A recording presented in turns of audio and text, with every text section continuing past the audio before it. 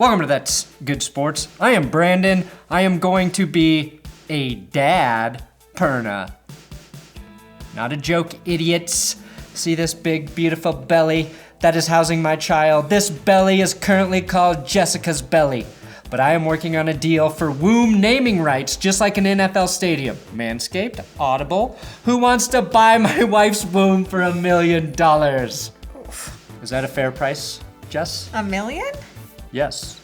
They just get the womb, they don't get the baby? Correct. Then deal. Deal. This is me announcing that I did sex correctly for the first time in my life. And I know the kid in here is mine because yes, we're having a girl, a little girl. She is supposed to be born the day the 2020 NFL season is scheduled to start. Honestly, if she is born during the Thursday night opener on September 10th, I will be thrilled, as she will give me the greatest excuse on earth to not watch a fucking Chiefs and Texans game. Anything to say to the audience? No. Future mother. We're just excited and grateful. We're very excited. We announced this on Patreon about a month ago. So you gotta subscribe to Patreon to get all of my pregnancy announcements. And I plan on having a lot more. Very happy to announce it here on YouTube, make it official. Jess has to get back to work. But look at that belly. Thank you, honey. Now, I'm not sure what kind of news can top that, but we've got hockey coming back, the weirdest version of the SBs we will ever see.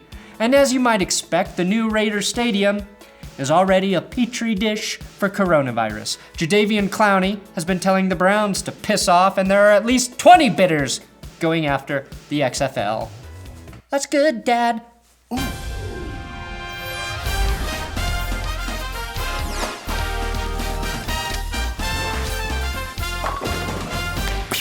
Please, if you care at all about the future of my child, subscribe to this YouTube channel. And yes, all patrons got to find out about my future daughter before anyone.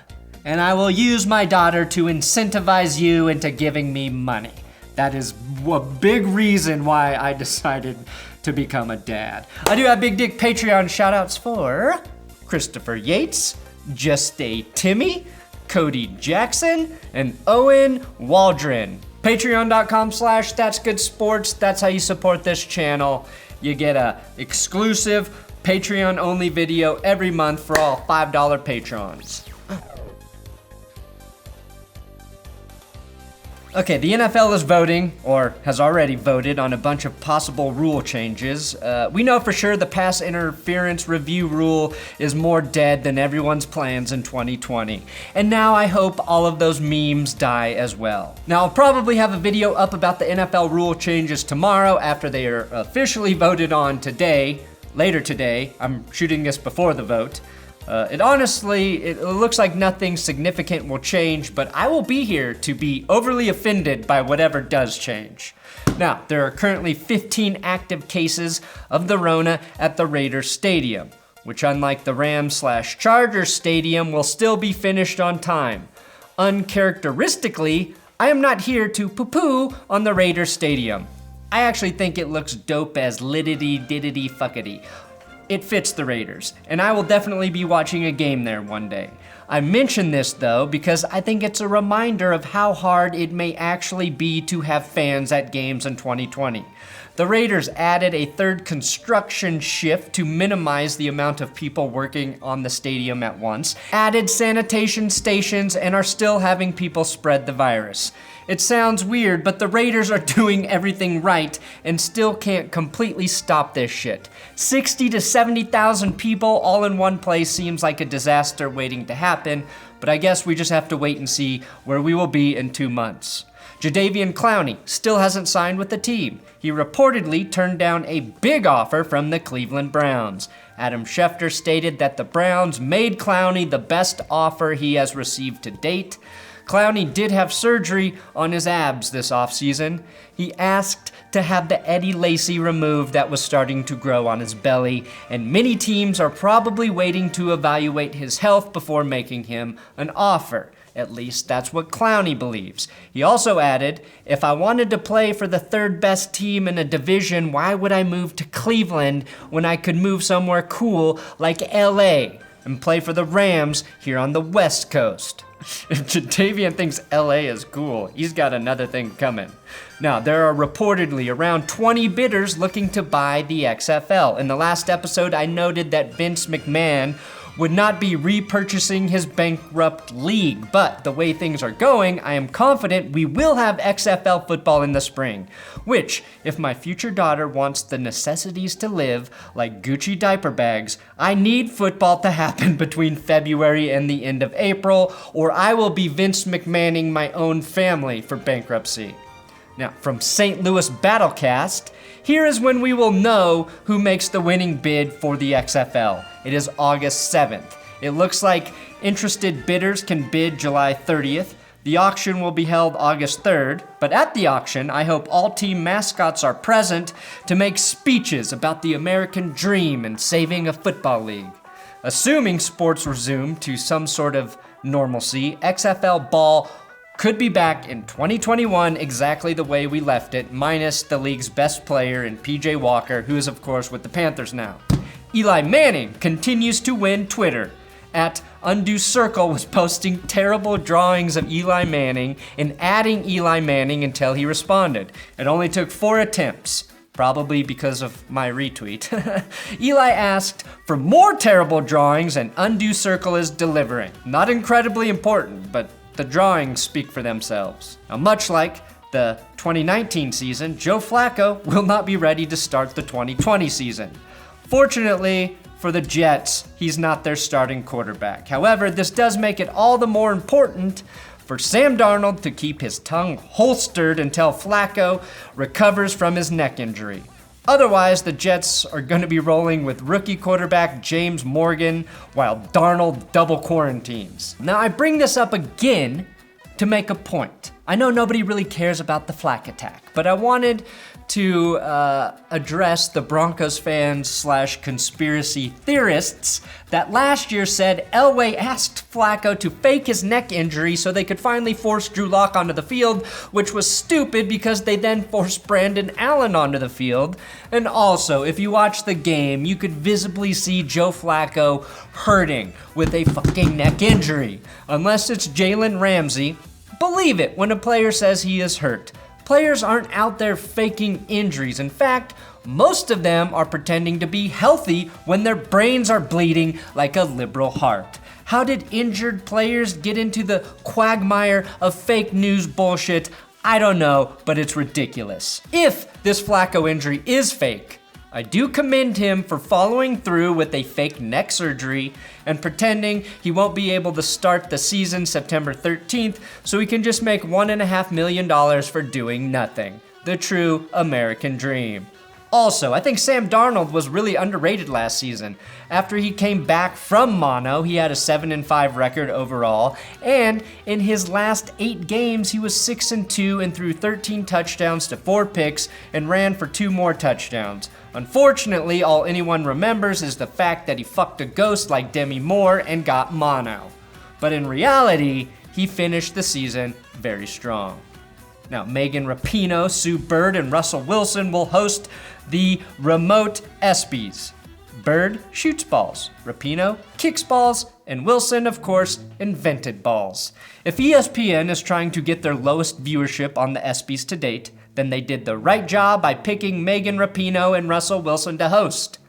We know that Russell Wilson, despite being the greatest freelancer on the field, is a Westworld robot when he steps off of it. Rapinoe is a great soccer player and part of the reason the U.S. women's team has dominated the World Cup recently. But off the field, or pitch, one might say, she's a walking BuzzFeed article. That's not a commentary on any of the issues she's vocal about. I agree with some of her ideas, and not just the one about finding women attractive. But I think it is a testament to ESPN's continued ability to alienate half of the country. Again, these will be done remotely, and the show is going to focus on celebrating heroism and humanitarianism instead of the top athletes of the last year. To which I say, boring. Boring, boring, boring. Quit trying to copy John Krasinski's Some Good News. I want to see Lamar Jackson highlights and 1,000 cutaways to J.J. Watt in an empty theater not laughing at Russell Wilson's joke. Watt, by the way, has stated he is not seeking an extension with the Texans. When asked why, he said, "Have you seen what the fuck Bill O'Brien has done to our team? He doesn't even know what a player extension is." Here's how I know ESPN lacks imagination and integrity. John Krasinski, for the YouTube show he created, a YouTube show a lot like mine, successfully got the entire cast of The Office back together. ESPN, for one of their biggest award shows, got Megan Rapinoe, Sue Bird, and Russell Wilson to host. Which would be great if they were part of a bigger ensemble. Where's Peyton Manning? Where's Gronk? Pat McAfee, Michael Jordan, Mike Vrabel, Mike Piazza, anybody named Mike. All of the people who are actually entertaining. Probably on a list ESPN executives never made. Speaking of lists, please tweet at John Krasinski and tell him I should be on the short list for new hosts of Some Good News. I have literally been training for that job for the last 8 years, and I believe I can do it. Now, one of the weird side effects of coronavirus is that it forces baseball players to forget how to play baseball faster than if their team owners were asking them to take massive pay cuts. Ted Williams wrote an entire book on how to swing a baseball bat and never even mentioned that you could do it like this. Obviously, this is off the charts torque, balance, and infinity style points. It's 100 times cockier than a bat flip. Everybody keeps talking about Patrick Mahomes' no-look pass. Well, try a no-look home run, Mahomes. All of the MLB players keep asking for more money or they won't play this season, but I guarantee none of them can even do this. Now, hockey is coming back, which sucks because Boston was in first place. I wish nothing but ill will for all Boston-based sports teams and was hoping this would end them for good. After 2.5 months, we finally have an indication and a plan in place for actual American team sports to return. The NHL laid out a plan that will skip the rest of the regular season and skip straight to the 24-team playoff that will take place in 2 cities to be decided soon, but will be one of the following cities: Chicago, Columbus, Dallas, Edmonton, Las Vegas, Los Angeles, Minneapolis, St. Paul, I don't know about that now, Pittsburgh, Toronto, Vancouver. One of those. They don't currently have a timetable for exactly when the playoffs will start. They're thinking mid-July, I believe, but they will need a training camp to get the players back into hockey shape and help them relearn how to move on ice as opposed to solid, flat earth. Some players will even need to have their teeth that grew back punched right back out of their faces. The top teams will play for playoff seeding, which is cool, and the bottom teams in each conference will play in an elimination best-of-5 series. Obviously, I'm not hugely knowledgeable in hockey like I am in football, where I am one of the foremost football knowers in our game. But I can tell you this will be the highest-rated playoffs in their history. I do know that the NHL playoffs are incredibly entertaining, even though a 24-team playoff will involve hockey's equivalent of the 2019 Oakland Raiders being handed a shot to win the Stanley Cup. But with chaotic times in the world, call for chaotic times in sports, just so long as we get to see them again. And maybe I will do my first ever hockey video if this does happen. Thanks for watching another episode of That's Good Daddy Sports. Please subscribe here on the tubes. I'm on Twitter, Instagram, at Brandon Perna. If you care to follow me in those places, follow my writing partner at Guillermo Yaves on Twitter as well.